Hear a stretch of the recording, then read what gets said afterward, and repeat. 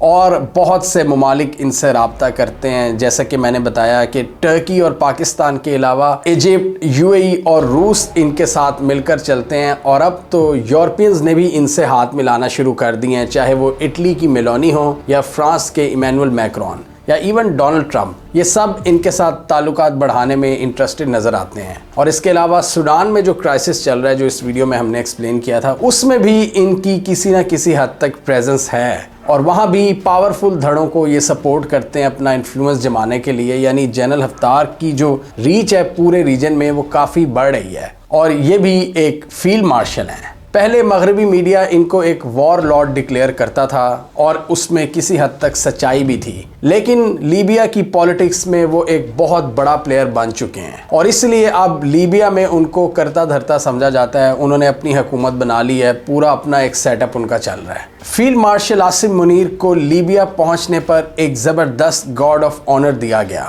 ان کا زبردست استقبال کیا گیا، اور جنرل حفتار نے خود ریسیو کیا عاصم منیر کو۔ دونوں ملٹری لیڈرز نے اس بات پر اتفاق کیا کہ ایک دوسرے کے ساتھ ڈیفنس تعاون کو بڑھایا جائے گا، ملٹری ٹو ملٹری کولیبریشن کو بڑھایا جائے گا، اور جوائنٹ ٹریننگ پروگرامز لانچ کیے جا سکتے ہیں، اور ایک دوسرے کے ساتھ انسداد دہشت گردی کی فیلڈ میں تعاون بڑھایا جا سکتا ہے۔ اور یہاں پر فیلڈ مارشل عاصم منیر نے اس خواہش کا اظہار کیا کہ پاکستان لیبیا کے ساتھ اپنے تعلقات میں بہتری چاہتا ہے۔ اس سے پہلے جب صدام حفتار نے وزٹ کیا تھا پاکستان کا آج سے 5 ماہ پہلے، اس میں ہم نے دیکھا تھا کہ دونوں سائڈز نے ڈیفنس انڈسٹریل کولیبریشن کو بڑھانے پر اتفاق کیا تھا، نیول کولیبریشن اور ٹیکنیکل ایکسپرٹیز کا تبادلہ، اور ڈیفینیٹلی اس وقت جو بات چیت ہوئی تھی دونوں سائڈز کے درمیان، اس کو کنٹینیو کرنے کا فیصلہ کیا گیا ہے۔ اور ظاہری بات ہے یہ ساری چیزیں ٹاپ لیول لیڈرشپ کے دوران ملاقات میں تو سامنے نہیں آتی، اس سے پہلے کام چل رہا ہوتا ہے، بیک اینڈ پہ بہت سی تیاریاں چل رہی ہوتی ہیں۔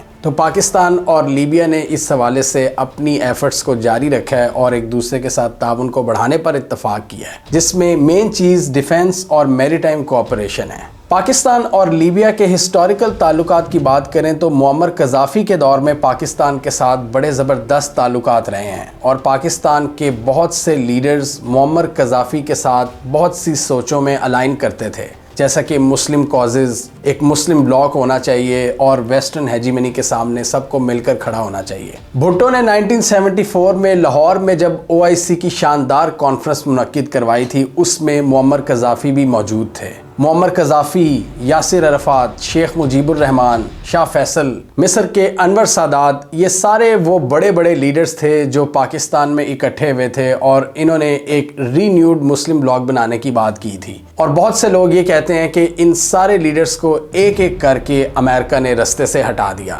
2011 میں جب عرب سپرنگ آیا، معمر قذافی کی حکومت کا تختہ الٹا، تو تب سے ہی لیبیا کے اندر بہت کیوس ہم نے دیکھا ہے، اور ڈیفرنٹ دھڑے حکومت کے حصول کے لیے آپس میں لڑتے رہے ہیں، اور آج 2025 میں جنرل حفتار کی ایک سٹرونگ پوزیشن ہے، اور پاکستان جو پہلے ان کو تسلیم کرنے سے گریزا رہا ہے، اور پاکستان نے آفیشیل UN ریکگنائزڈ حکومت کو تسلیم کیا جو تھوڑے سے علاقے پر وہاں پر کنٹرول جمائے ہوئے، اب پاکستان گراؤنڈ ریالٹی کو دیکھ رہا ہے اور بہت سے ممالک کی طرح جنرل حفتار سے انگیج کر رہا ہے، اور یہی اپروچ جیسے ہم نے پہلے ڈسکس کیا یورپین لیڈرز کی بھی ہے، عرب لیڈرز کی بھی ہے، اور ترکی کی بھی ہے، اور مصر کی بھی بات کریں تو وہ بھی ایکسکلوسیو اکنامک زونز ان کے ساتھ مل کر ڈیسائیڈ کر رہا ہے، اور آئل ایکسپلوریشن کے نئے نئے منصوبے بنا رہے ہیں ان کے ساتھ، چاہے وہ میڈیٹرینین سی کے اندر آئل اینڈ گیس کے ریزروز ہوں یا ملک کے اندر دوسری معدنیات۔ اور لیبیا کے پاس دنیا کے 10ویں بڑے آئل ریزروز ہیں۔ میڈیٹرینین سی کے اندر بہت سی آئل فیلڈز ہیں جہاں پر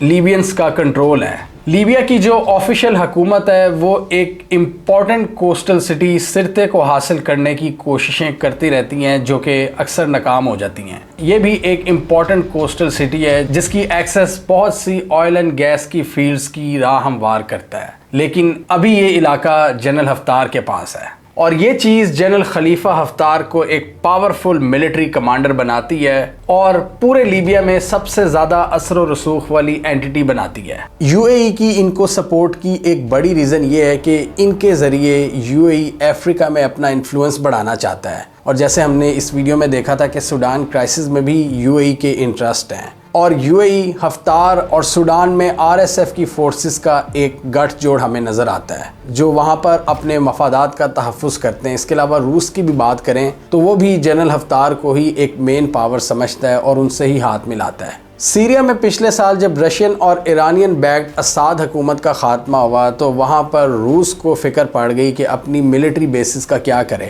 ان کی کسی نہ کسی حد تک تو ابھی بھی پریزنس موجود ہے، انہوں نے کوئی سیٹلمنٹ کی ہے الشراء کے ساتھ جس کی وجہ سے ابھی تک ان کی ملٹری پریزنس میڈیٹرینین سی پر ہے، لیکن روس ان ڈیولپمنٹس کے پیش نظر اپنا بہت سا ملٹری ایکوپمنٹ لیبیا میں منتقل کر چکا ہوا ہے۔ روس کی سیریا میں بھی پریزنس ہے، لیبیا میں بھی پریزنس ہے اور سوڈان میں بھی پریزنس ہے، اور اس ملٹری پریزنس کا مقصد افریقہ میں US کو ملیٹریلی کاؤنٹر کرنا ہے۔ یہاں روس کے کچھ پیرا ملٹری اور پراکسی گروپس بھی ایکٹیو ہیں، اور اس ساری صورتحال کو دیکھتے ہوئے پاکستان بھی اس ریجن میں اپنا انفلوئنس بڑھانا چاہتا ہے۔ ڈیفینیٹلی لیبیا ایک بہت امپورٹنٹ کنٹری ہے، ایجپٹ کا ہمسایہ ہے، نارتھ افریقہ میں میڈیٹرینین سی کے اوپر یہ ملک ہے، اور پاکستان کی پچھلے کئی سالوں سے یہاں پر کوئی پریزنس نہیں ہے۔ پاکستان کی بات کریں تو آج کل ایسٹ سے لے کر ویسٹ تک اپنے اسٹریٹجک انفلوئنس میں اضافہ کرنا چاہتا ہے۔ ایسٹ میں بنگلہ دیش، ملیشیا اور انڈونیشیا تک تعلقات کو بہتر کیا جا رہا ہے، اور ویسٹ میں بھی ہم دیکھیں تو ہسٹوریکلی ہم افغانستان سے آگے نہیں نکلتے تھے،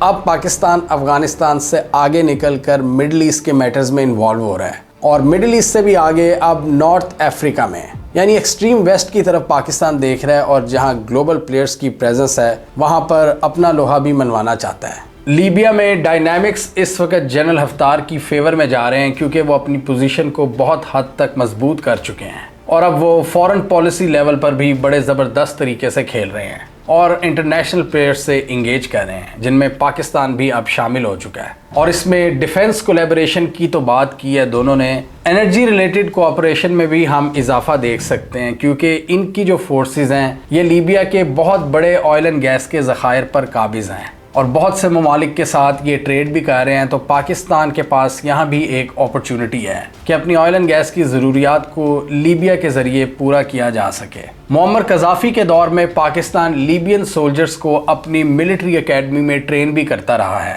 جیسے اب بھی پاکستان بہت سے دوست مسلم ممالک کے سولجرز کو ٹرین کرتا ہے، لیبیا بھی انہی ممالک کی لسٹ میں تھا۔ مڈل ایسٹ میں غزہ کی سچویشن کی بھی بات کریں تو ابھی رائٹرز میں بھی ایک آرٹیکل آیا ہے کہ امریکہ کو پاکستان سے کافی امیدیں ہیں اس فورس کے حوالے سے، اور فیلڈ مارشل عاصم منیر کا ایک تیسرا دورہ متوقع ہے امریکہ کا جس میں وہ بہت سی چیزیں اب فائنلائز کریں گے۔ غزہ فورس کی بھی بات کریں تو ہم نے کئی ویڈیوز میں اس حوالے سے ڈیفرنٹ چیلنجز کا ڈسکس کیا ہوا ہے کہ جیسے یہ جو پلان ٹرمپ نے لانچ کیا تھا 20 نکاتی پلان، اس میں کلیئرلی لکھا تھا کہ جو غزہ کی ٹاسک فورس ہوگی، جو مسلم فورس ہوگی، وہ حماس سے اسلحہ چھینے گی، اور اس پوائنٹ کے پیش نظر یہ سارے مسلم ممالک تھوڑے کنفیوز ہیں کہ آگے کس طرح بڑھا جائے، کیونکہ جب یہ آپس میں ملتے ہیں تو یہ بیان دیتے ہیں کہ اسرائیل کو یہاں سے نکلنا چاہیے، پہلے وڈرا کرنا چاہیے، جبکہ وہ پلان کیا کہتا ہے کہ پہلے آپ حماس کو ڈی ملٹرائز کریں گے، حماس کو ڈسمینٹل کریں گے، تب اسرائیل اپنی پوزیشنز چھوڑے گا غزہ کے اندر سے، کیونکہ ابھی ہم دیکھ رہے ہیں کہ اسرائیل کی کیمپین تو جاری ہے اور انہوں نے ایک سرٹن لیول تک وڈرا کیا ہے، اس سے پیچھے وہ نہیں ہٹ رہے،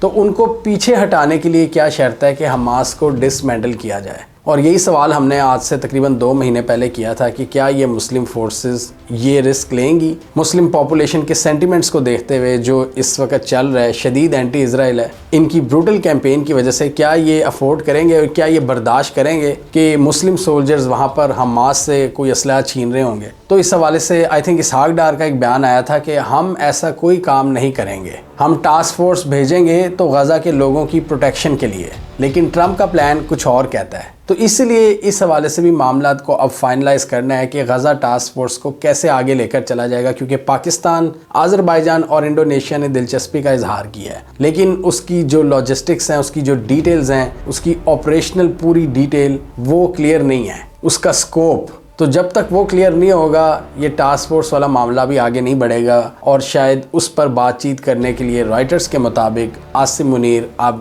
US جا رہے ہیں ایک بار پھر ڈونلڈ ٹرمپ سے ملنے۔ اور ڈیفینیٹلی یہ معاملہ صرف پاکستان کا تو نہیں ہے، اس میں اور بھی ممالک شامل ہوئے ہیں، سعودی عرب، UAE، ایجپٹ، جارڈن، ترکی، یہ سارے ممالک ہی ان میٹنگز میں موجود تھے۔ خالی پاکستان تو یہ مسئلہ حل نہیں کر سکتا، یہ سارے ممالک پچھلے دنوں ترکی میں بھی ملے ہیں اور انہوں نے اسی چیز پر زور دیا ہے کہ اسرائیل پہلے غزہ سے نکلے اور سیز فائر وائلیشنز بند کرے۔ اور اگر ایسی سچویشن میں ٹاسک فورس کو بھیجا جاتا ہے جہاں اسرائیل کا اپر ہینڈ ہے، یعنی ان کی ابھی پریزنس بھی ہے اور وہ حملے وغیرہ بھی کر رہے ہیں، تو ایک بہت رسکی اقدام ہوگا، جیو پولیٹیکلی بھی اور جیو اسٹریٹجیکلی بھی۔ ہمیں کامنٹ سیکشن میں بتائیے آپ کے خیال میں پاکستان کی لیبیا کے ساتھ یہ جو نئی انگیجمنٹ دیکھ رہے ہیں ہم، اس میں غزہ کے حوالے سے کوئی ڈسکشن ہوئی ہوگی؟ کیونکہ اس میں لکھا تو ہے کہ انہوں نے ریجنل ڈائنامکس پر ڈسکشن کیا ہے، یا پاکستان اور لیبیا ایک نئے سرے سے اپنے تعلقات کو شیپ اپ کرنا چاہتے ہیں جس میں ملٹری ٹو ملٹری اور ڈیفنس کوآپریشن شامل ہے۔ کیا یہ ایک دوسرے کو میری ٹائم ڈومین میں کوئی مدد پرووائڈ کر سکتے ہیں؟ اور آپ کے خیال میں اس وزٹ کا تعلق غزہ یا مڈل ایسٹ سے بھی ہے؟